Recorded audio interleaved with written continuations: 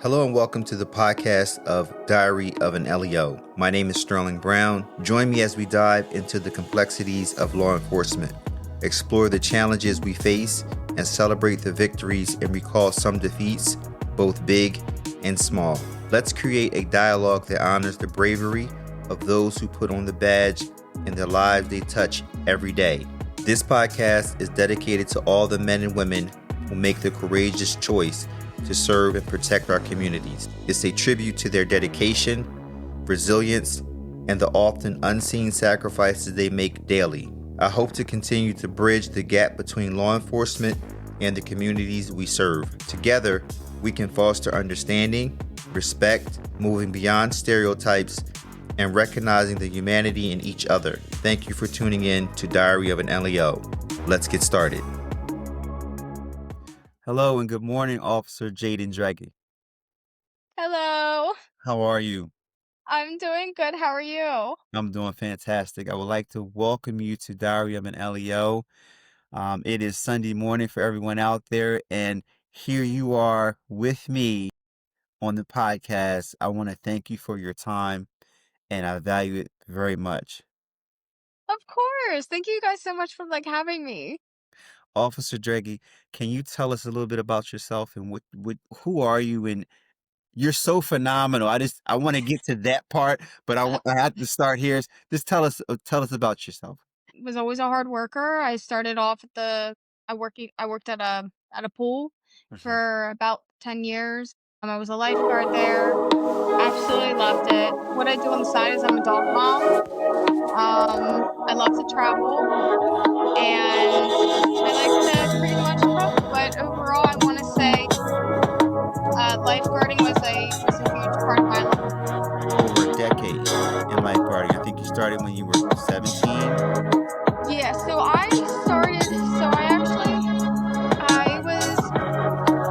want to say I was about 8th grade. I needed to do community service because I was needed to finish up my Catholicism, for my communion at the church. Okay. And I did community service down at the pool. I started there when I was about in 8th grade. And then when I came around, I want to say 14 years old is when I became a lifeguard. So that was in 2012, 2013. Mhm. And I did it all the way up until the 10th year Mhm. about. So what was that experience like? What was it like just going from something that was doing faith-based communion and being a lifeguard, and how did those years start to change? What started to happen during those years as a lifeguard? When I first became a lifeguard, I was very young because at the time I think that they allowed the age of you to become a lifeguard anywhere from 14 to 15 years old nowadays. And I mean, this was my first job, so I was terrified. Wow. And as a kid, I always knew how to swim. So I'm Okay. like, this is gonna be cakewalk. Now that was something that your mom and dad made you do, swim in the pool? How that They encouraged me. Okay, They wanted me to grow up with, knowing the responsibility of handling money and what it's like to great, enter great, that great, adult. great. So kudos to mom and dad. Kudos to mom and dad. Yeah. And then when I did lifeguarding, my very first year I actually did one of my biggest saves. I was beyond scared. I kind of like I said, I blacked out too during that because I never thought that I would have to, like, as someone who is so young and Mhm. young-minded at the time, coming from someone who knew how to swim, and my Was parents always watched me. what was the training like to become a lifeguard? And you said that first big save, how did it kick in? I almost failed my lifeguarding. Wow. You're so transparent. I love it. I love it. I love I it. I love I it. almost failed my lifeguarding test. I was the only non-competitive swimmer. Wow. And so you have to do the pre-test. So the pre-test is you have to swim 300 meters Okay. in the pool. Okay. And you Three have to quarters of a swim mile. Right. Okay. yeah, so you Okay. have to swim a certain style. You can't just swim under the water Okay. or anything like that. You have to swim like freestyle or like breaststroke. And like 300 meters is a long time for That's a someone who long does not time. And swim. then you're not used to swimming the way you want to swim. You have to swim to the rules and regulations of what type of swimming is that? So basically breaststroke is like when you're swimming kind of I kind of tell people like a frog. Right. Okay. And then freestyle is when you go over, down, and then obviously you rotate with your other arm on the opposite stroke. Okay. But I clearly was not doing it right because I did not know what they were talking. Had to go and get a brick. It was like a 5-pound brick in like a 12 foot of water. You had to lift it up and get it up and out of the pool. Oh wow. And then you had to swim with 2 minutes with your hands above the water. Your Just chin like couldn't. treading water. Yes, but Okay. only with your feet. You couldn't use your arms. No, no, and I Yeah. Definitely not me. Definitely not me. and Nope. she looked at me, and then my dad was actually there, and she's like, "I don't think I'm gonna be able to pass her during this test." It was so embarrassing. So this course was a 3-day course, and it was a 12-hour day. So what motivated you to stay in it? I mean, like here you are facing this like wall and you're like looking up like I need to get over this wall. There's no ladder here, but there's the support of your dad. But what got you over that wall? I'm stubborn. I'm stubborn, and I'm 5 foot 1 inch shrinking, as I like to say.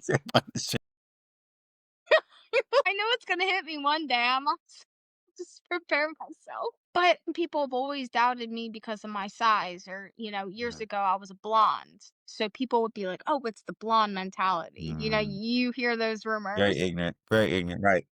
I just was very stubborn. I was always bullheaded, and I Mm, hated the fact I always was the weakest link. right. I always was. I always had to work harder. But at the end of the day, those mistakes are what made me who I am today. And That's I really powerful. admire that because my mom and my dad literally, like, they taught me that my whole life. That's powerful. That is so motivational to hear you say that because a lot of times, again, and I'm sure you would agree that we internalize these mistakes or these shortcomings and say that we can't get over these obstacles instead of using them and saying, you know what? If I made it this far, I can make it just a little bit further and be stubborn about it. Be stubborn about the success that awaits you. So when I did my first save, it was just instinct. And that's when, when you are put in that circumstance, you always think, oh, it's not going to happen to me. It's one in a million. Mhm. And that may be true, but it does happen.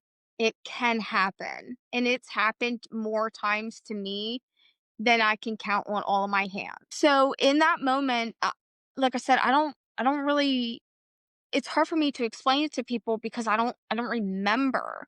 I Mhm. don't Sometimes I don't really remember my thought process. Mhm. It's one of those things where my body just literally throws me into it.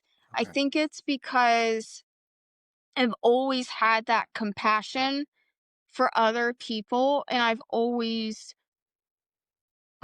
had like the mama bear like syndrome where like I just need to help you. Mhm. Like, because I've always struggled, and if I was struggling in that moment, I would hope to God like that someone Yeah, would help me. exactly. And when I got him out, I was the first person to actually out of my whole entire training group to actually make a save like that. And the kid was actually autistic on top of it. Mm. So let's run the tape back. So you're at the pool that day Mhm. and you guys change shift, whatever you do.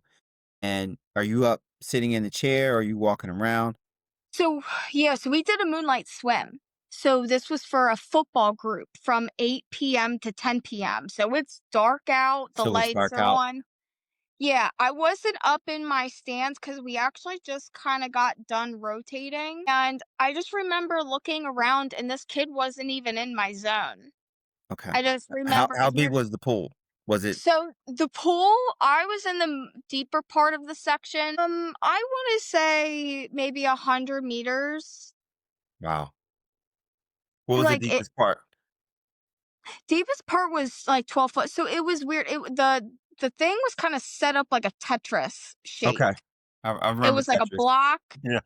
and then a longer block, Right. and then a longer block down. Right. So, we had our diving boarding section, and then we had our, like, runway, and Mhm. that's where he was. He was actually in the 6-foot runway The where he 6 was foot. 6 foot yeah, where runway. he was drowning. Wasn't even in the 12. He was in the No, 6 foot. And I you know what, and you can quote me if I'm wrong. I read somewhere, it was a while ago, God, you just made me think about this, that the majority of drownings don't drown in the deeper end. They drown in the shallow. that's very correct. Well, and not only that, like, people wouldn't even think about this, but, like, kids drown from diapers because parents, they're like, "Oh, I can't afford a swimmy." Okay, well, Mhm. the swimmy is different from the powder in a diaper. Most people Mhm. don't know that. The diaper, like the powder in the diaper, can weigh up to like 5 pounds when it's soaked in Get water. out of here. So when kids are in like their tubes and then they're in the water, what it does is it sinks and it drowns them because then they slip through the tube and they're Like gone. like putting bricks Yeah, in. it's literally like the child is being weighed down because I the did diaper not know is that. That is such good information. yep, and that's why we're Thank always you. like swimmies, because Okay. swimmies don't have that powder. Right. So what happened, like, it's a moonlight swim, 6 feet, and what do you notice? I there were so many kids. I wanna say that there was like 250 kids in that pool. Oh my god, Insane. they're all splashing. So it's like you gotta understand, you gotta not only look out for, like, are they drowning or are they just playing? You Right, gotta so look out for, like you gotta look out for their eyes. right, okay, I was about to ask you that. So, take me through this. So, what is it like a scan or what's the training like? What is the training? So, That you yeah, do they teach you how to scan, but it's so much more than just scanning because when there's so much commotion and splashing, like your brain can only take so much. So you have to like train your brain. And it took me many times to learn this, but I was also paranoid. I was paranoid of missing a kid too. And I just remember seeing like fear because fear is different on like a happy face. And like when I just saw his eyes being bug out, that was like more or less my cue. But I was also watching him earlier because he was a swimmer. He could swim. He started to drown because he was tired because they had football practice from 6 to 8 p.m. so all these elements start adding up, and it's your not just your lifeguard training, but you as a person who understands the dynamics of what causes a person to drown, or not necessarily just the pool. It's what came before the pool. Football practice, nighttime swimming, all the fanfare, perfect recipe for disaster. Yeah. And like, you got to think too, these kids haven't eaten since before practice. Like, how often are they staying hydrated? Like, and fun fact, adult swims are not just meant for adults. They're actually meant for kids to get out, to be forced out of the pool to get rehydrated. Noted. Duly noted. Duly noted. So what happened? So you it was the fear in his face. Take me through that area Yeah. that Oh time. my god, his eyes went so big. And like I said, so he had a twin brother. One of them wore a red suit, and then the other brother wore a blue suit. Mhm, So I could see it in their shirts because they had shirts on. mhm, So I was watching them and I could see it kind of like decline. And like I said, I could kind of tell that they were, slightly autistic. And that could be like another sign because sometimes like kids don't really recognize when they're tired. So when I mhm. saw him struggling, and then when I saw him change his movements more or less like an up and down, like trying to like stay above the water, that was like my cue. And I grabbed the tube because I can't touch 6 foot. I grabbed the tube, I swam to him, I put the tube under him, and then I rolled him on top of me. So it was me, the tube, then the child. And Now, then was he I was fighting? no. Okay. He was just He tired. He was so tired. yeah, so typically when it depends. Some kids like go into like a really big shock where I've never had this happen to me. I don't know if it's because a lot of the kids knew me or I've always put them before me. Uh-huh. Cause I can hold my breath. I can hold my breath almost up to 3 minutes. Okay. So Wow. I'm okay with being underwater for a long period of time as long Right. as I can have them above water. A lot of them really do like calm down. It's almost like they recognize like, hey, like I'm okay, or hey, I'm safe, or if they can see and breathe. Mhm. Like I said, their frantic behavior pretty much dies out because their adrenaline is just crashing at that point. Do you think it's more so too, and this is just a personal question, that the waters, they're trying to breathe and the water's coming in, they're going and they're just panic on top of panic? Yeah, so the kid I actually saved was coughing up so much water, he actually waterfalled it. Wow. And He I had was swallowed that under much him. water. So I was under him. So when he was, unfortunately throwing up, Uh-huh. it was just everywhere. So A you lot get of it obviously was a lot of right, it, the majority of it was water, right, right, right. but But some of it wasn't. but Yeah, it wasn't all water. wasn't all water. It was food. There was a So little bit of chunks in there. you get him out. What happens next? So I think his dad came. His dad was there, Uh-huh. and obviously, like I went into like just like writing like the report and everything. Like I talked to my manager, and Uh-huh. it was just like at the time, like it was just the adrenaline high. Like I was just like, I just can't believe that happened. But like his dad was like, "Are you okay? Are you Uh-huh. okay?" Like to his son and everything, and he was like, shaking his head like, "I'm good." Like, Uh-huh. he was speechless too. But I think it was like just like a traumatic event because his dad was like, "Well, like you can swim, buddy," and it wasn't one of those things where he couldn't swim. He could swim. He was just really tired. I Uh-huh. mean, like when you go from football practice for 2 hours and then you are swimming for 2 hours with your best buds, like kids don't want to stop. They don't want to sit out and take a Right, break. They don't right, want to do any of that. So I think right. it more or less scared him. So let me ask you this question. Wow. So you have this first save of your career as a lifeguard. Hmm. Now, I think the past, the present, and is all coming together. You're like, this just happened. At one point in time, after the report or you got home, did it really hit you? So honestly, I want to say it actually hit me really quick. I was actually still at the facility. I was like, I remember walking out into my car. Um, and I'm just like, I just can't believe that like that happened. Mhm, Um, because it wasn't even my zone. mhm, Because I mean, you're just looking. You're so overwhelmed. Like you gotta understand, like your brain doesn't know what to actually analyze and what to see when mhm, it gets overwhelmed because it becomes like really scatterbrained and like in that moment like I was thinking like what if I didn't see him, what right, if my coworkers didn't see him in time, right. because if with that many people in the dark he could have like went under. Well, unfortunately, it wasn't your zone, so unfortunately, they did miss it. You saw it, and there you were to make this save. And there's a saying that, they say if you save one person, now get this, they say if you save one person, you save all of mankind. So I think we discussed this, including what we're going to talk about in just in a little while here. That Hmm. would have been your now in totality your 70th save. Yes. Okay, I Yes. got that right. 70th save. So in a 10-year span, Officer Jaden, you've saved 70 individuals. You've saved countless families sorrow.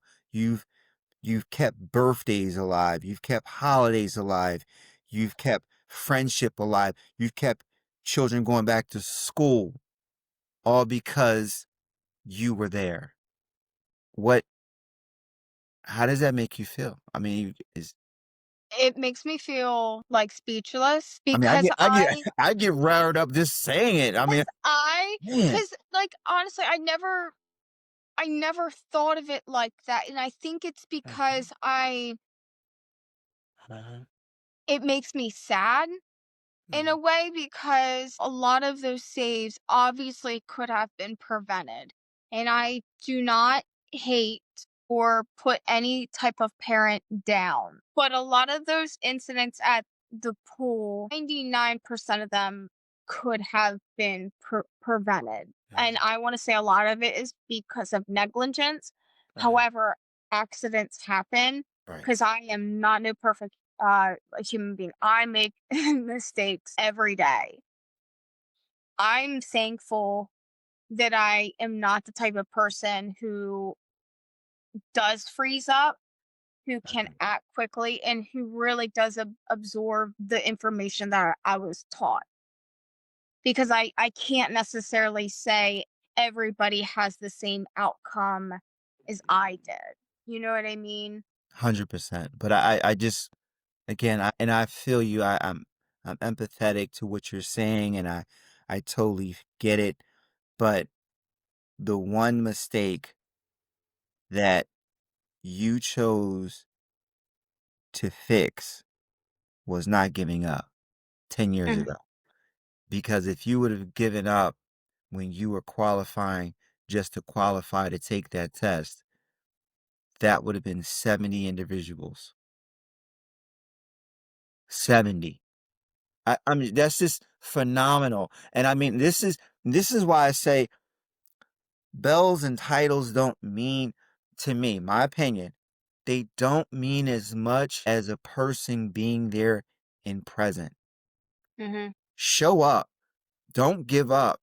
And if you would have said that I'm one and done with this, that'd have been 70 lives that we would have not known the outcome. But today, and I'm going to speak because you're a person of faith, and sometimes God allows you to see the work that you do. He's He allowed you to see you were there. You were meant to be there. Mhm. And that's just phenomenal. That is so praiseworthy. And I just want to say thank you.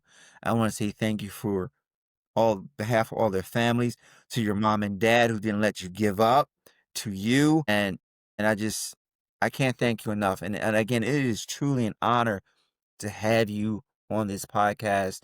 You're inspirational. So the next question I want to ask that you had mentioned in the questionnaire that you see a similarity in the decade of lifeguarding and in corrections. 100%. Ha Share that with us, please. So it's just as simple as just like observing. Mhm, Like you observe I'm doing 15-minute mhm, rotations like when we're at the prison. mhm. I'm doing 15 minutes or even sometimes sooner suicide watches. Right. Every 15 minutes I'm getting up. Same thing on the stand. If not even sooner. I keep all my five senses heightened. Like I hear Mhm, stuff. mhm, I'm watching constantly. My eyes, I'm multitasking. People don't really recognize it, but like lifeguarding, you are multitasking all the time.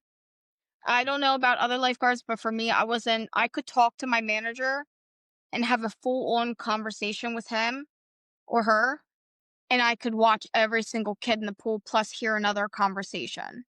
I could also see what was happening behind me because I had sunglasses with a rear view like thing that I could see in the back mhm, behind me. So when I don't just pay attention on what's happening in the pool or in front of me or the paperwork. I'm paying attention to everything. Like, where did that lawn chair move? Well, where did we move that inmate? from the previous day. Like, what type of cell are they in now? What status are they in? That is, I mean, I can see you. We'll talk about that. You just didn't do the job. You are the job.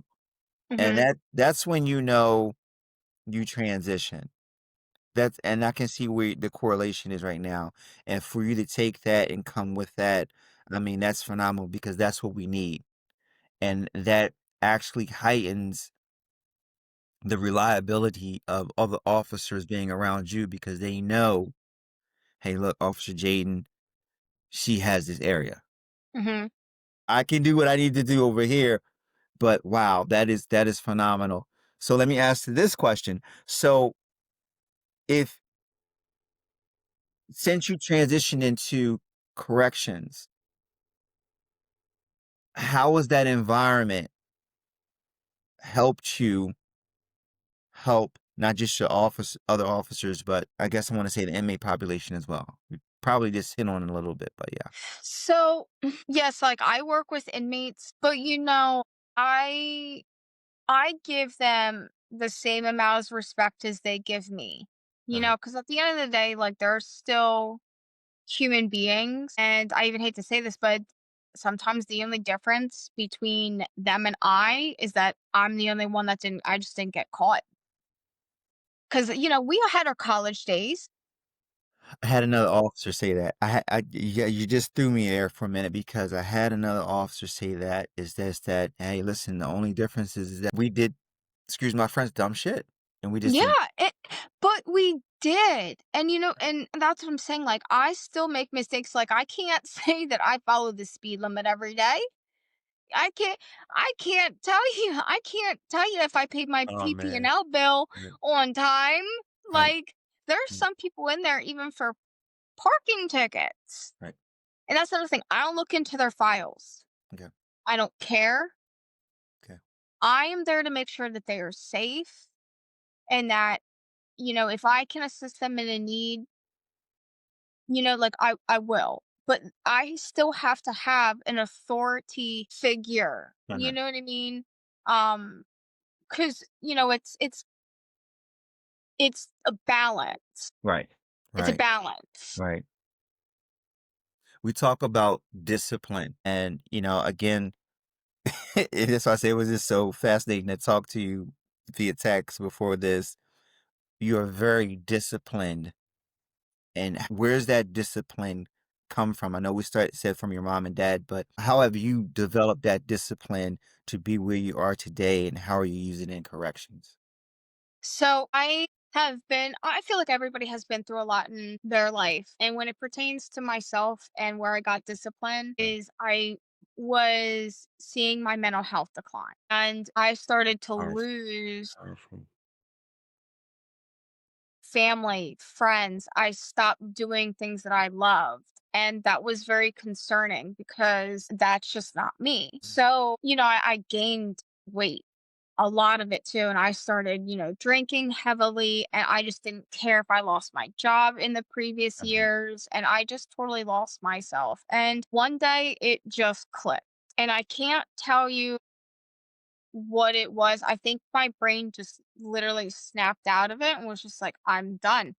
Started getting up, going to the gym. Mhm. And the gym taught me discipline because I got up at 3:30 Nice. a.m. and I drove an hour because that's where I worked at the time was an hour away. Was there at the gym by 5, worked out till 7, and that right there taught me a lot of discipline. And it also reminded me of like even like my pool days because when I was at the pool, that's when I gained authority figure. And Mhm. that's how I was able to carry that over into where I'm at right now. And I think discipline comes in many forms. I think it comes out as generosity. I think it comes with a very good mindset. I feel like peace is a huge part of that. Mhm. And not many people have peace with, on so and so like demons that they face with every day. And a lot of these prisoners, inmates, deal with a lot of demons in their head because that's all that they have is time to think. in that Mm, cell. mm. They can't just walk out whenever they want. Facts, facts, facts. And you know what? On this show, I'm expounding for just a little bit here. I explained to you that I have the mother show, which is Struggle to Success podcast, and I made Diary of an L.E.O.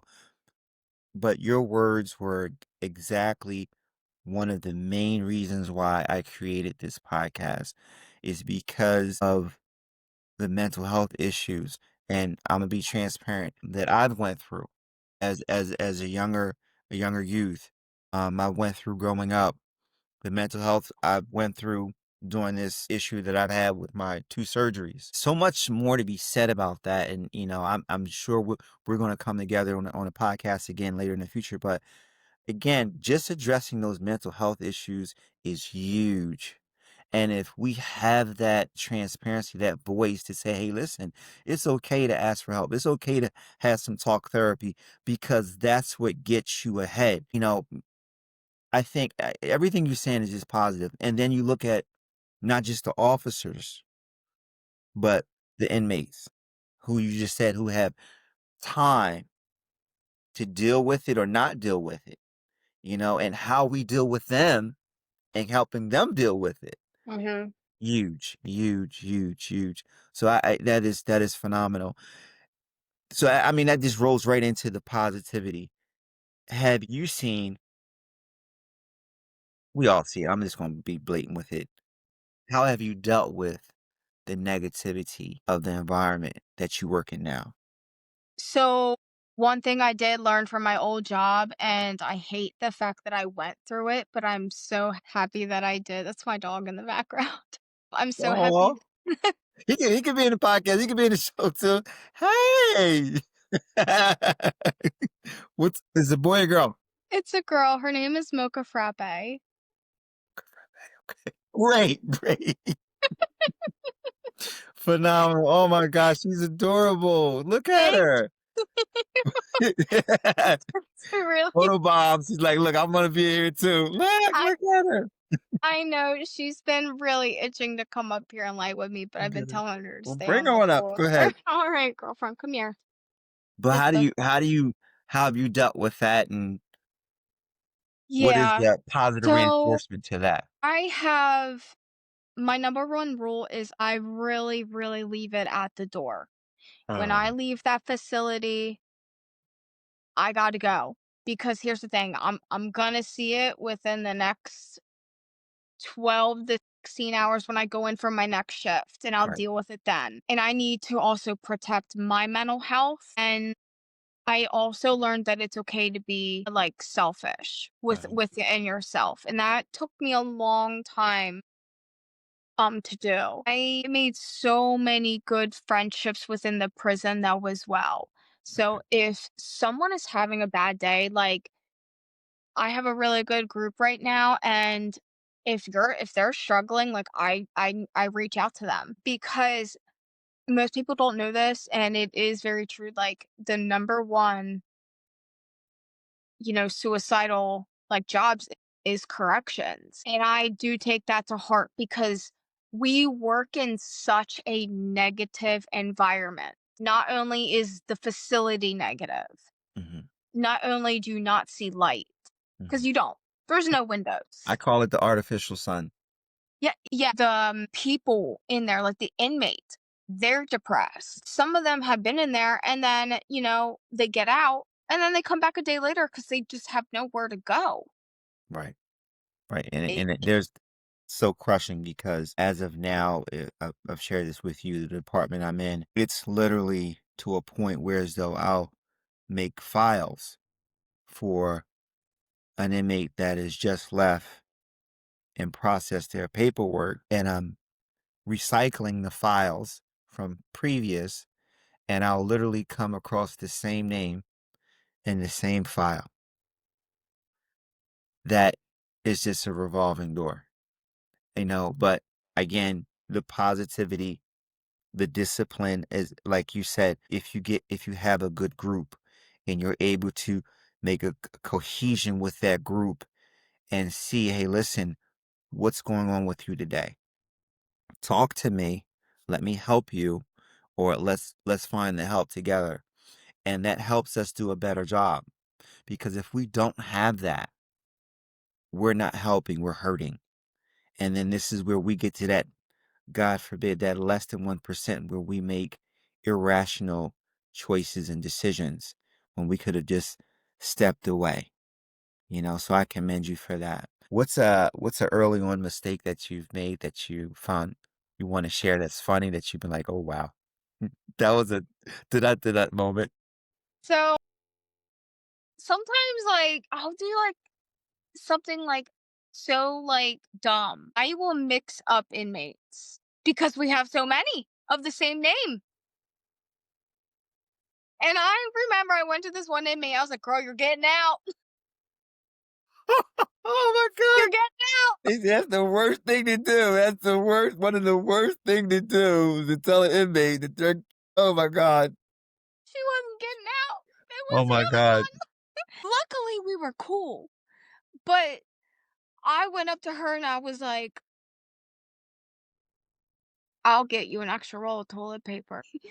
I was so embarrassed. I was like, "Girl, I'm so sorry." I was like, that was literally I should have double checked, but I was like, "I Right, really didn't realize it," because we have for those of you, like, who don't know, there's 3 blocks that are females, one of them is closed down, and right, the other one is usually just for, like, people who go out into, like, the work world. right, So we just have one big right, pod, right, and this pod has every female. So right. we have, like, 77 or 66 now, but at the time, I think that there was, like, 80 females. Mhm, So there was, like, 2 or 3 with, like, one last name. mhm, I just mhm. I didn't like, I didn't know, but yeah, that was Yeah. one of the biggest mistakes I made. I I told her to normally get her I told her no, I told her to pack up her things and put on her blues too. I've had a did that moment myself, so we'll talk about that later. But, you spoke about the facility and the structure of it, so this is something I normally do ask, but, you know, it's different. How is working with female inmates in the structure of the capacity different from the male housing? How's the female housing? Now, you spoke about there's just one pod. Is there any other additional pods for the female housing? So there there's D block, ad sec, and 2-5. Okay. 2-5 is the big pod. That's where like all general pop is. Mhm, It's where we handle our RHU, mhm. our FAR, our HABA, even some Really of our quick, what's RHU for our listeners and viewers? restricted housing unit. Okay. And what's Yep. HABA? House alone, block alone. Oh, you're on So it. they can yep. You're So on they it. can You're on it. yep, FAR, full ambulatory restraint. There you go. Go ahead. Keep it going. Keep it going. You got was it LC, the legal call, legal visit, Yes. Yes. have those as well. And then you have P. And P is stands for pregnant. Yep. Yep. You got it. You got it. So we have mm, in the male units, they're all separated. I was going to expound on that, but I wanted you to go ahead and do the females. But go ahead. Yeah, Yep. so with the females, they're all in one big glorious pod together. Yes. Yes. So you have to be very careful when we open up cells because we have a lot of avoid contacts as well because of certain statuses and everything like that. Females, I really want to say that they can just be really catty. Like once they are ACs for life sometimes. Even FAR statuses, they most likely will never be removed from that status. If they are, they usually get right back on it. Okay. Okay. And you spoke about, you know, the difference in female housing versus male housing. So again, the male housing is you have these separate housing areas for these different individuals and sometimes charges, whereas the females is just a cluster. So coming in from that, from the outside coming in, how do you how do you time and pace yourself throughout throughout your shift? So I will say, so there's a permanent post, Okay. or was, and I thank her every day because she trained me in time management and basically the most efficient way to run 2-5. Due to because we have so many statuses, we do split them up per shift. Okay. FAR statuses, they usually get taken out during the 4 to 12 shift. Mm-hmm.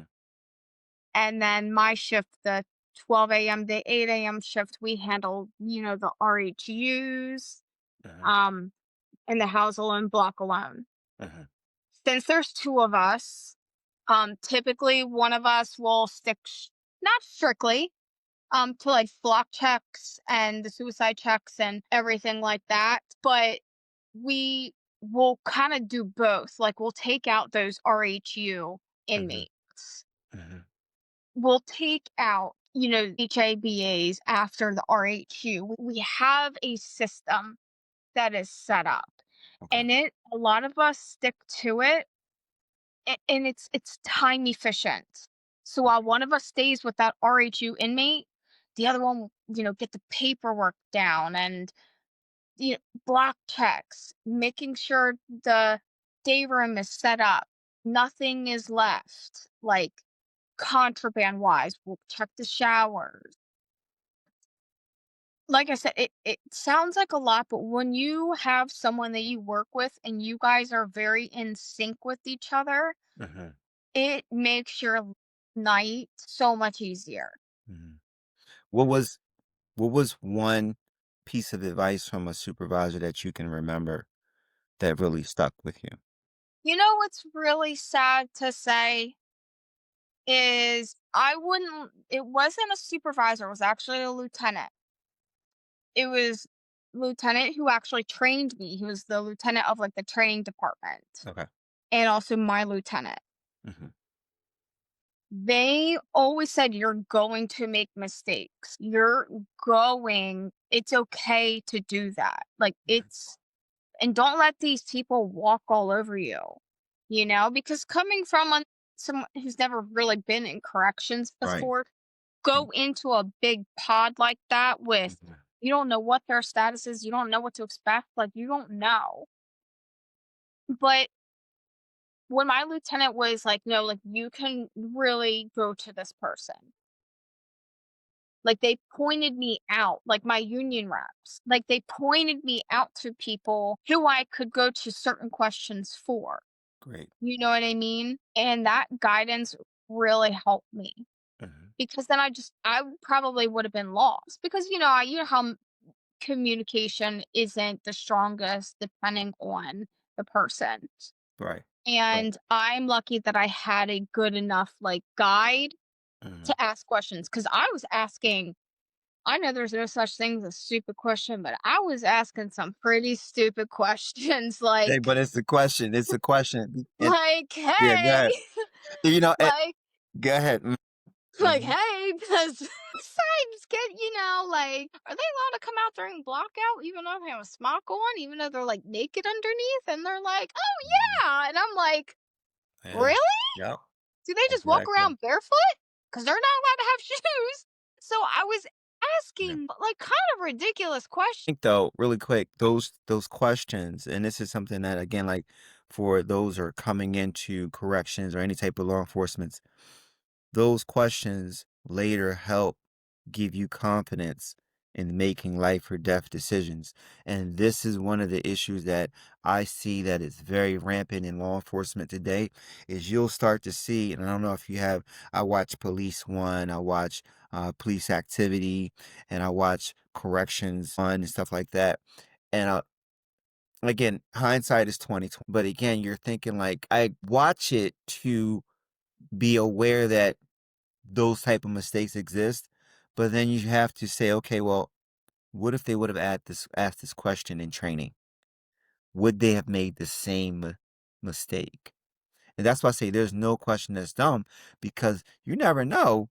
Again, that hard question that you think that's stupid that someone is talking about. Well, and I've seen it. I've seen it. Someone has not gotten clarity on an issue, and they've went done something contrary to what the SOPs go for, and now yeah, this is what we need. This is what we need. I actually see you just you keep going up and up and up and up and up if you choose to do so. But Mhm. again, the leadership, I call it the corporate atmosphere. Everything you shouldn't drink what's in, from every coffee pot. You have to take a little, leave a little. Mhm. Take a little, leave a little, and what you do in the classroom is not what's happening in the pod. You heard that before, something similar to that?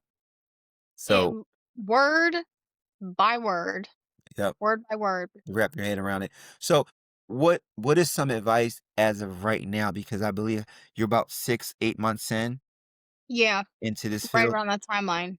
What would you give someone looking to get into law enforcement, and what advice would you give them? Don't be so hard on yourself. Facts. Like this, there is a lot to learn. Like, so I'm the type of person where I can't help it. This is just how I was born. My first few weeks, because I was going on third shift, Mhm, huge adjustment in itself. My brain, I felt like I was on a constant hamster wheel. Because when I would go to bed, my brain would shut up. It would keep going and relaying all the information and mhm, just it wouldn't settle. And I was so terrified of making mistakes. mhm, I actually was at work and I was like, I'm going to pass out. And I did pass right out. I knew I was going to. I actually sat down and I actually told um my one fellow officer who was on the pod with me. I looked her right in the eye and I was like, I'm going to pass out. okay, I mean, I looked her right in the eye and I was like, she's like, "You want me to call a supervisor?" I was like, "Yep." And then I sat down and then lights out. And it was because I went into overdrive. I was constantly overworking myself because I was afraid of this. I was afraid I wasn't ready. mhm, Because 5 weeks I really felt like was not enough time. mhm. It's And it's never enough time. I'll be honest with you. no. It's it's never enough time, and not to cut you off, but I wanna commend all those who are in this field and are coming into it. You gotta go hands-on in the Yep, training. you do. It no, it's never enough time. It's never enough time. Yep. And I just honestly and just fellow advice to anybody, like take the time to rest too. Right. Because then a lot of people from the classroom, they'll go home and study all the notes. Don't do that. Your brain spends enough time and your body in that classroom. You need a break because you're never going to soak in that information. Mhm, Like, you're just gonna forget it more. mhm. So let You me really ask you are. this, how do you coming from your past, and you mentioned that, there was a stint that there was some abuse of alcohol, something like that in there. Mhm. How do you deal with that now when you say, "Okay, I need a break?" What are some of the things that you do? I literally just tell myself, "I don't wanna be like this." Like, do I really wanna go down that hole again? Mhm, Because no matter how bad it can be, I personally have never been in that dark of a hole before. And I mhm, think that that's what keeps me going. I think mhm, that that's what makes me wanna help out others, like, no matter how rough it gets, like, there's always people out there who are, or if not, still going through worse, you mhm. know what I mean?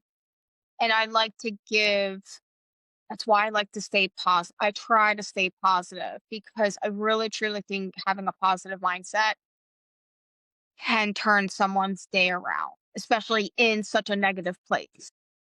And, that is so true because they say, you know, if you're not wanting to help others, you're not helping no one at all. You have Mhm. to look beyond yourself, and helping others helps you. But again, taking that time and that moment to say, "You know what? Let me leave that alone." And like you said, Imma pick it up when I come back. What got you, again, discipline, Mhm. structure, but if you were to put it into words, how do you hold yourself accountable? Like, put that into words. If you were addressing me and I was going into this field, what would you say to me? I feel like, responsibility is a huge part because at the Mm, end of the day, you're your own person. You say what you reap. You know what I mean? mhm, Like you reap what you sow. You mm, take your actions. facts. And you earn a lot of respect from me if you're honest with yourself. Not even what like with me or like Right, any other person, but right, if you're not honest with yourself or like have respect for yourself, like I can't say that you're going to treat other people right, like that. right, Like right. again, it's about like reaping what you're selling to, and that's why having those type of people in your life is very important because they're just going to stress you out. Hmm. Again, it goes back to we already work with manipulator. I mean, we already yeah, we do Yeah. work with You said it correctly. That's manipulators. right, We exactly. work with inmates who are on drugs Mm, or have out like who are alcoholics, who are right, serial killers. right. Being aware, acknowledging Mm. those key factors is very important in a facility because you have to protect yourself as well at the end of the day. Now you have a hobby. Hmm. We talked about your hobby. It is something by far that many people do, but I'm not one of those Oh, people.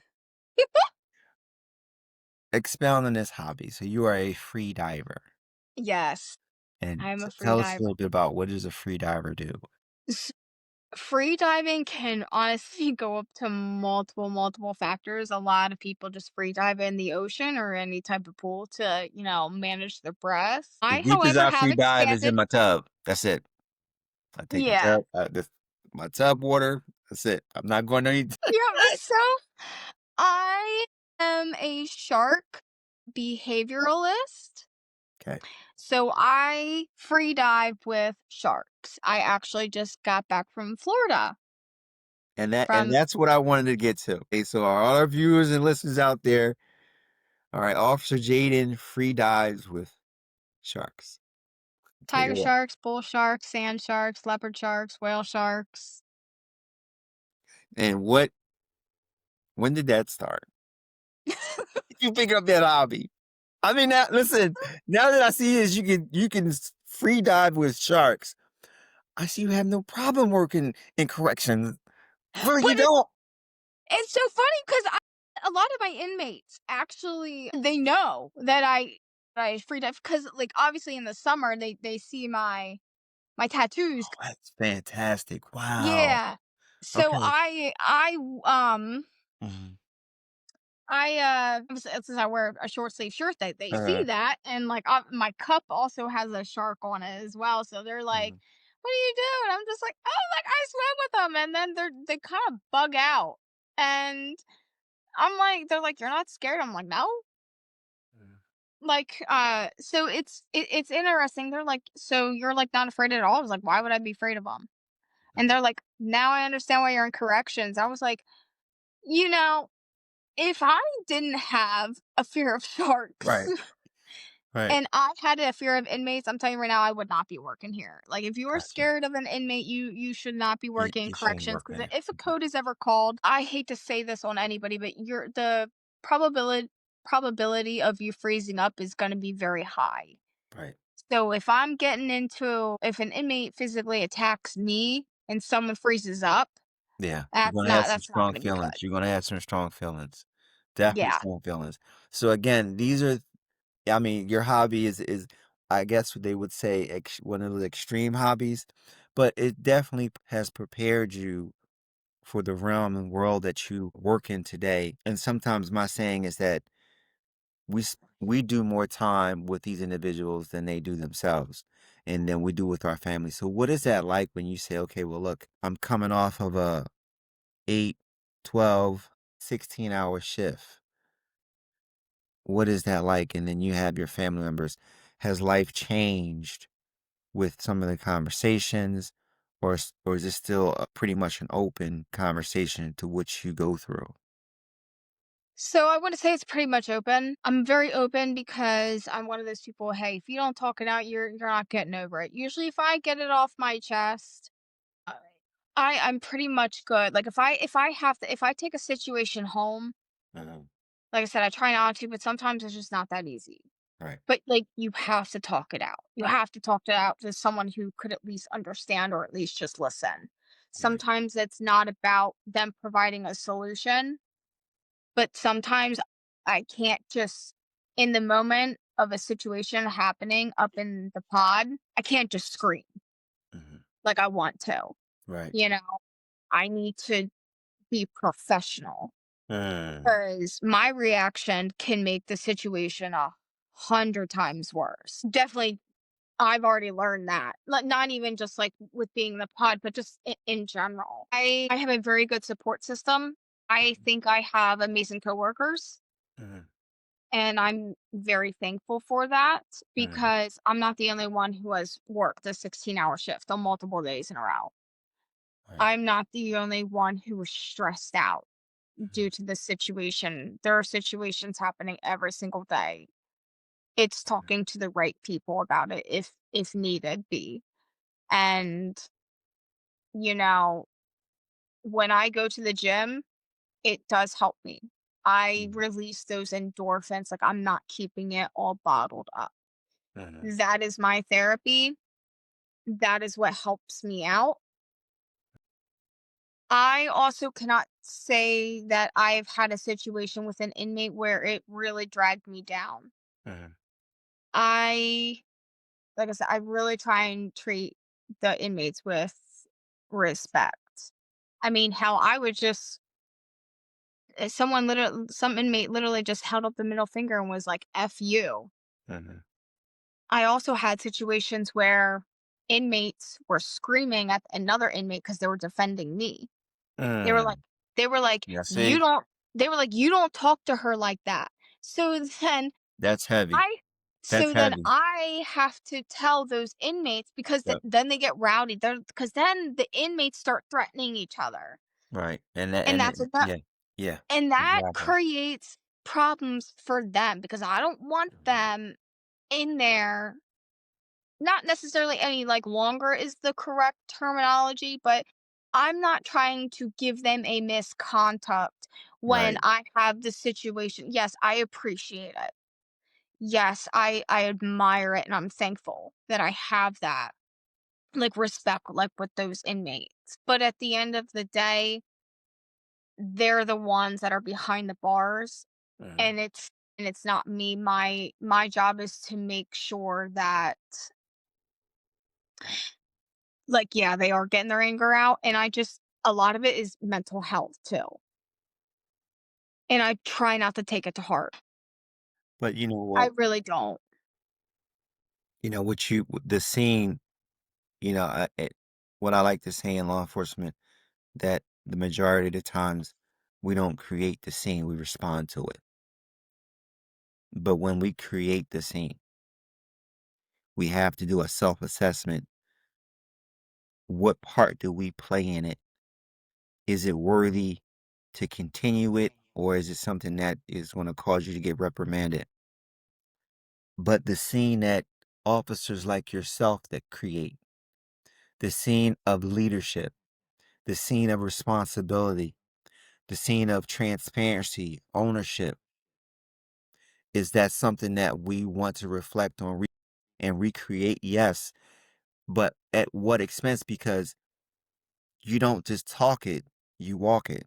And you have, that's why many officers, not just you, have that respect on one with these individuals who could be facing life sentences, but they'll say, you have our respect. Mhm. That's heavy. That's heavy. So what would you say, and I'm be a little sexist here. I know towards the men, but towards a female, you're 27. You're young. You can do anything in the world. But this is the world that you choose to work in. What would you say to another young lady such as yourself to want to think about going into this field? I think it depends who you are as a person. Mhm. Um, I love helping. I do. I it's not even like the authority like figure, like people love that. That's I can't necessarily say that like that's me. I don't really consider myself ever being like a manager ever again. I was Mhm. already one at the like at my work in the Mhm. previous years. Let me come I at it from a different way. Let me come at it Yeah. different. This is the alpha male environment. You're a female. So what would you tell another female? You want Okay, I'm not trying to sugarcoat it, but I'd say screw This that. Hey, look, this is the I'd say podcast. I throw up the big F you and like, what can you Yes, do that I yes, can't do? yes, yes, yes. That's very much my attitude because I'll run circles around you, sweetheart. I'm Yes. very much so. I don't mean to come off aggressive either, but like promise you, I will do more than just bat my pretty eyelashes at you.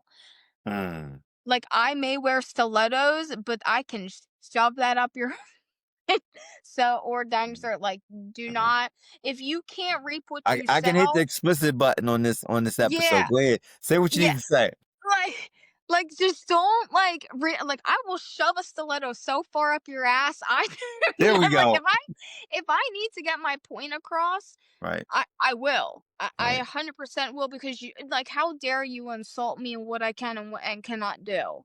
Facts, But I was like, facts, test me. facts. But I'm not here to like Mhm. like big and tough, but also like don't put me in a position to do so. Gotcha, gotcha. And I mean, don't get me wrong, I will. Much respect, much I respect. have put myself in dangerous Mhm, situations, which mhm, knock on wood, I shouldn't mhm, have. But these 2 6-foot women mhm. who I think one of them might have been biracial and then the other Okay, one was probably Hispanic, okay. but they got into it and I Heavy. marched my I marched my little ass right in front of them, put both my hands in between them and separated them. And Mm, this happened during meds and all these inmates are looking at me like uh-huh, I'm like, uh-huh. "What?" And then I didn't realize it, but I'm like, "I could have probably gotten pummeled." Cuz I was looking up like these girls were the twin freaking towers.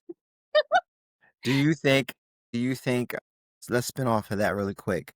Mhm. Do you think the training that you received, I think it's called AMAC, was sufficient in the sense that it opened the door on these type of altercations? And do you feel that you're gonna further yourself in self-defense if you stay in this?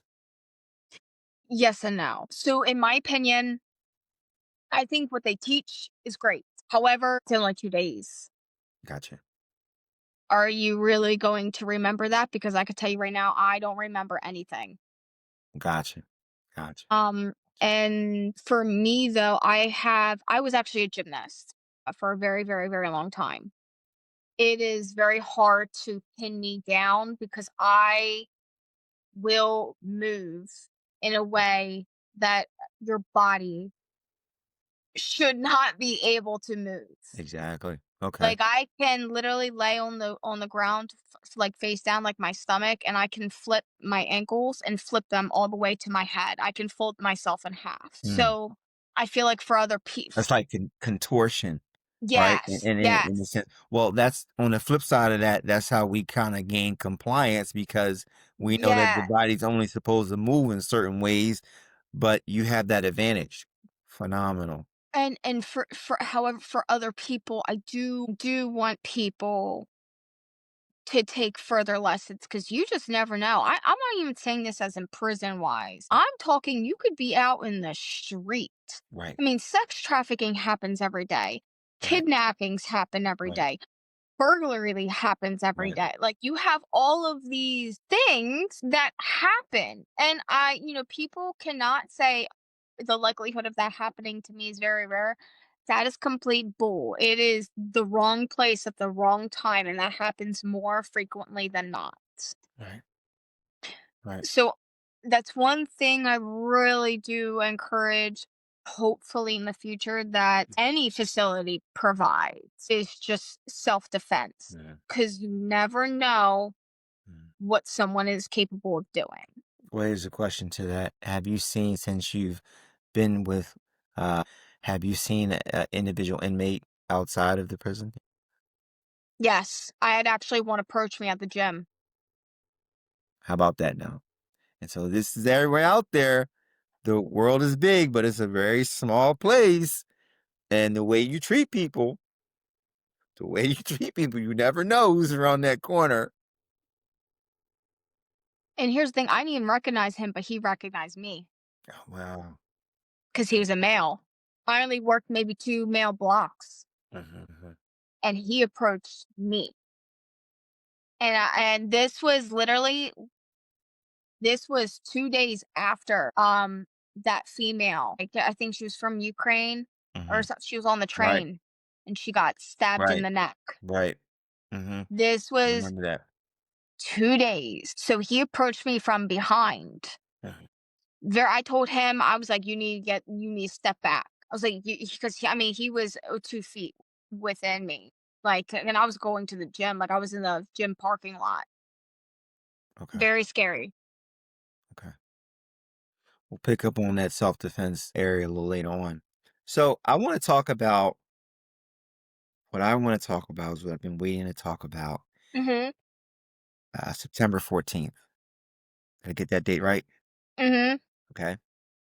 So on September 14th, you were in uniform working an overtime shift at Lancaster County Prison, and something happened.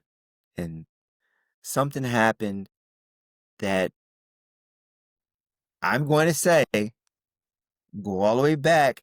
If you would have given up from lifeguarding, you may have not have been prepared for what happened. So I picked up a shift. Like I Mhm, said earlier, my shift is 12 to 8, mhm, and I picked up a 4 to 12 shift as mhm, well. mhm, So I picked up a control room. I had someone break me. I think it was around 5:56-ish, 5:55, that they broke me. I walked downstairs. I wanted to go out to my car. mhm. I wanted to make sure my mom was able to check on my dog. I needed to reach my phone because we're not allowed to have our phones in the Right, facility. right. My break ended. Started to head in around 6:05, 6:07. Mhm, Walked through the facility. I was talking to the my coworker who was working in lobby at the time. And then me and him were joking around. I went to the scanner. I went to go pick up my belt, mhm. and I was about to put it on. And I looked up because I heard someone like banging on the glass. Now, really quick, hold on. You said you went to go pick up your belt. So, as officers, even officers have to take off their belt when they re-enter the. And I heard the knocking. I looked up and I saw this guy holding a child. And I kind of had a moment where I was like, what the hell? Mhm. Like, what is that? Right. And then I dropped my belt, ran. So I threw my badge, flew down the steps. I did not touch one of them 5 steps. Did not touch a single one. Threw my badge up to open up the door. I looked at the dad, briefly looked at him, took his child, looked at her, basically confirmed that she was choking, and I immediately started the Heimlich. I am small and Mhm. she was also small. I mean, this child was under 5, like anywhere Under from like 5. 3 years. She was under 5 years old. I want Okay. to say she was 4. She So was in PJs, no what shoes on. is the Heimlich for a child that size? How does it differ from a male? So I it's mean, yeah, different. just It's the an same. adult, a young adult. Yeah, so it's the same process, but because I'm so little Mhm. and so was she, it was awkward if I would have had her stand up because Right. she could have collapsed. she could have been so nervous where she could collapse. So it was easier for me to pick her up, and I hate to say it, but I literally threw her over my thigh. I was in a kneeling position. It was easy for me to put her at like a downward, like a 45-degree angle. Okay. That was the easiest way because most adults know what the Heimlich is. So pause. So the dad is standing there. Does Yeah, dad communicate with kneeling. you? No, there was a communicational barrier. Okay, so there's a communicational barrier. Is it because he speaks another language? All Yep, right. What is his daughter doing? Is she crying or is she can't trying? breathe, Can't can't breathe. breathe, and her Okay. eyes are just like popping out of her socket. Like Okay. they're just big because Okay. obviously she can't talk. Like Right. she's so and since she was a kid, she didn't understand what I was doing. I can't speak to her. She doesn't understand. It was just easier for me to maneuver her how I needed her body to move Right. in certain positions. And because like I didn't know how much time I had. So in my head I was on a time limit. I had no idea how long she was even choking.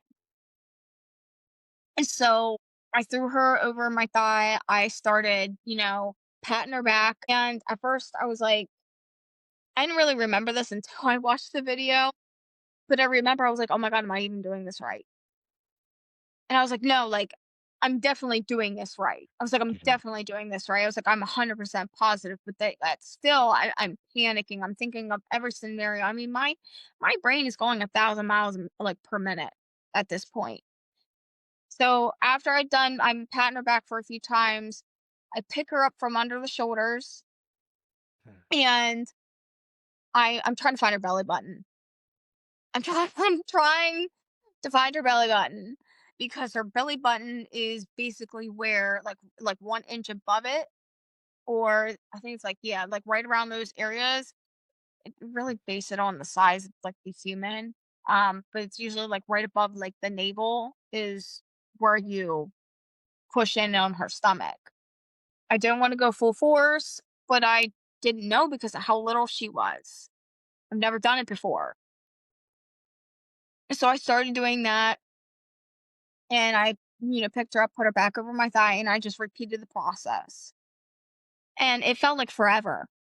I felt Mhm. like I was doing this for 2 minutes and Mhm. nothing was coming out. And I was really, really, really starting to panic.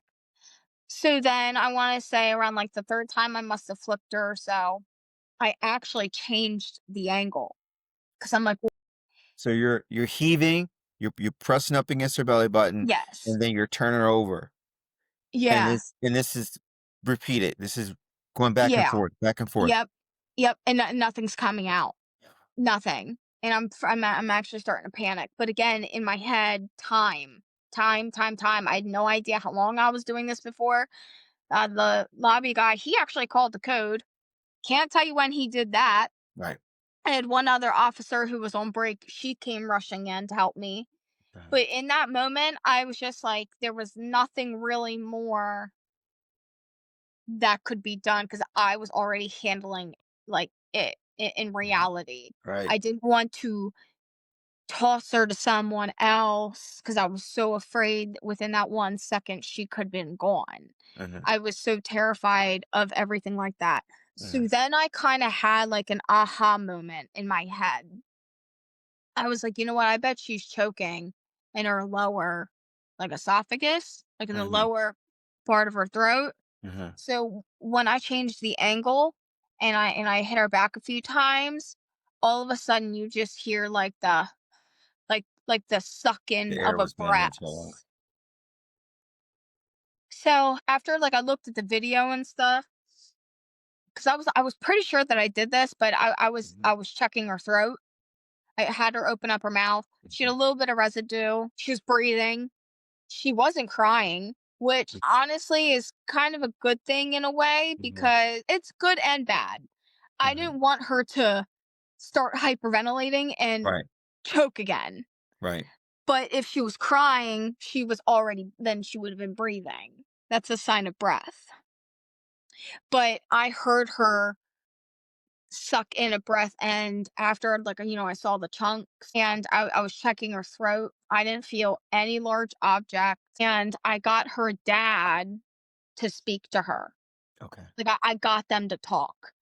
And then Mhm. I was like, "Can we get some water?" I was like, "She needs water, like, right now." And then by that time, our medical staff had already shown up.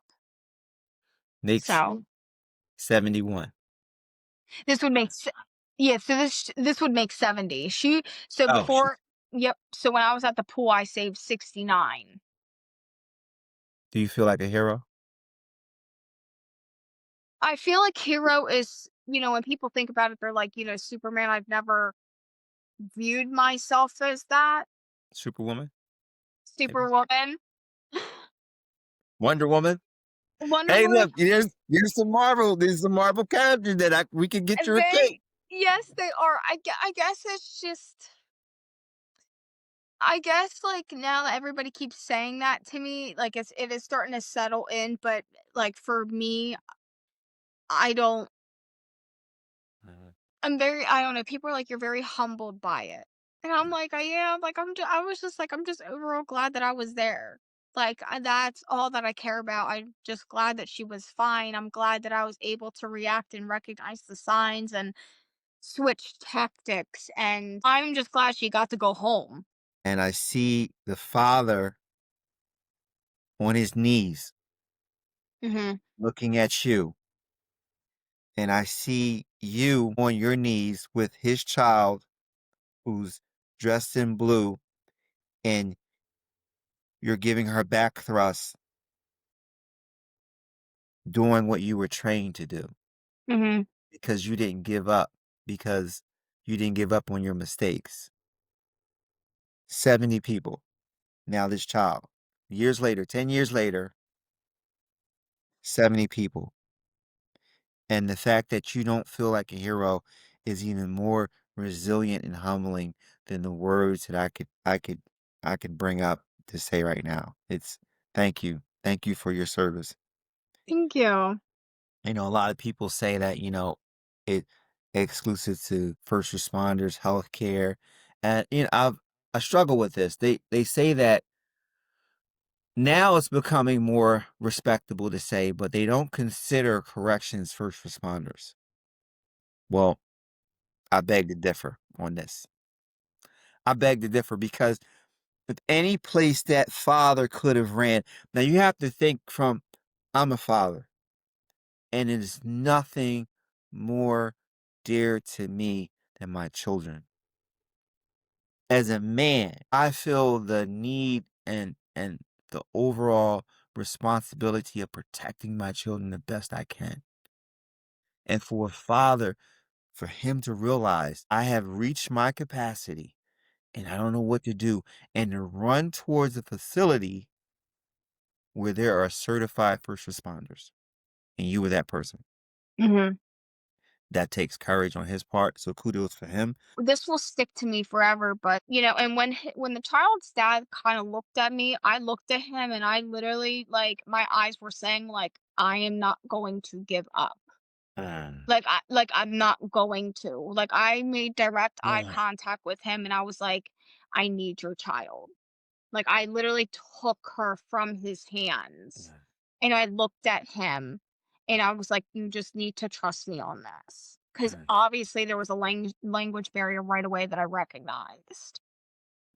We communicate and we understand proximity. And again, this is something that it was instantly conveyed between you and him. And I'm looking at this picture. That trust was received. It was accepted. And those seconds that you thought was 2 minutes or more, he didn't give up on you. He Mhm. had faith in you. And that's something that I hope carries you through. And again, like I know this is why I really was really, at first I was hesitant if I wanted to do this episode with you because these things stick with us. Yeah. It's tough. So again, I want to thank you for coming on the show. I do want to talk about one last picture before we Mhm. close. And this picture right here what I'm seeing. And again, like I'm for our viewers and listeners, I'm going to post this on the website, or it's actually on WGAL. It's with you, the warden, the commissioners, HR. You had family members there as well. Yeah, I did. All right, the deputy warden, lieutenant, and what was that? I think that was the peace reward. What award was that? Yeah, so that was like I think it was like the All-Star Yes, yes, Performance Award. yes. Yes, by the county. What was that moment like to be recognized? You know what? I have to say this before you can answer that. I have to give kudos to the warden. You know, she is a phenomenal person, and one thing she's always said in every class: if you have an opinion about something, have a suggestion how to solve it, Mhm. and she will stand by you. She also said if you do something stupid you wasn't supposed to do, now blatantly stupid, like you just knew you weren't supposed to do that, she's gonna check you, and Mhm. that's commendable. But to have someone her stand by you and be in a room of family and the county, how did that feel? I felt really honored. It's one of those things where, again, like, I was speechless too, like, because coming from someone who, like, I never expected to get rewarded, so it made me speechless, and I will say I'm a little socially awkward, and I wanted to do more than just say thank you, Right. because being represented like that and having someone start out in a new facility too Mhm. is very nerve-wracking, and I'm still learning, I'm still Mhm. getting to know my peers, and Mhm. I don't wanna disappoint anybody, and Mhm. I felt that I needed to do more than just say thank you know what I mean? And I was just very honored and humbled that I received not only the life-saving award, but also an award from the county. So, like I said, like, I was very honored. I was very shocked too, and above all, it's just being thankful because they have been supporting me since, like, day one. Even in that moment, like, I just needed a minute. Like, I really everybody was like, "Oh, like, saying good job," and I haven't felt like that in a few years since I actually saved someone from the pool. Right. So, coming down from Mhm. the adrenaline and Right. not really knowing what happened, like, I didn't even see the video until the warden showed me at that meeting, Right. which mind you was it was over a month later. Right. Right. So, I just I want to no, say very thankful, very thankful. for my talk, sir. We will never know. We will never be able to thank the many people that have proven to be monumental in pushing forward in our lives. It may be because of time, it may be because of place, but the one way we thank them, show up. Just show up. Mhm. Just show up. And that's, and I tell anybody that if you just show up, you know, that's thank you. So you showed up. Thank you. Thank you. You showed up. I Thank you will so try much. my best. Like, I am listen, I tell people You this showed too. up. If I do not show up to work, you need to be concerned. There we go. There we go. I 'Cause like it. And I the will. only I will. reason why I don't show up to work is if I Right. have a fever and I'm actually dying or Right. if I'm actually Right. on vacation. But usually people know if I'm on vacation. But seriously, if I am on that schedule and I don't show up, Right. I'm calling. I'm getting you somebody contact you. I got you. I got you. yeah. So here's our last question. So Mhm. one of our closing questions between the podcasts is that if you could ask a question to the next LEO that will come on our show, what would it be? Hmm. I want to say, why did you say yes? I want to know what your point is that you want to get across. Because that was my whole thing. Because I'm sure like everybody would want to know. I hope that my story spreads awareness, and I want to know the other reasons why people show up. Like, I Mm. want to know. I wanna know why you show up. Officer Jaiden, thank you so much for coming on Diary of an L.E.O. It's been powerful. It's been inspiring. I can't wait to be back in the building to work beside you. I'm inspired. I'm at a loss for words. I just want to say thank you for showing up. Thank you so much for having me. It was a blast. We'll talk to you soon. Take care. Sounds good.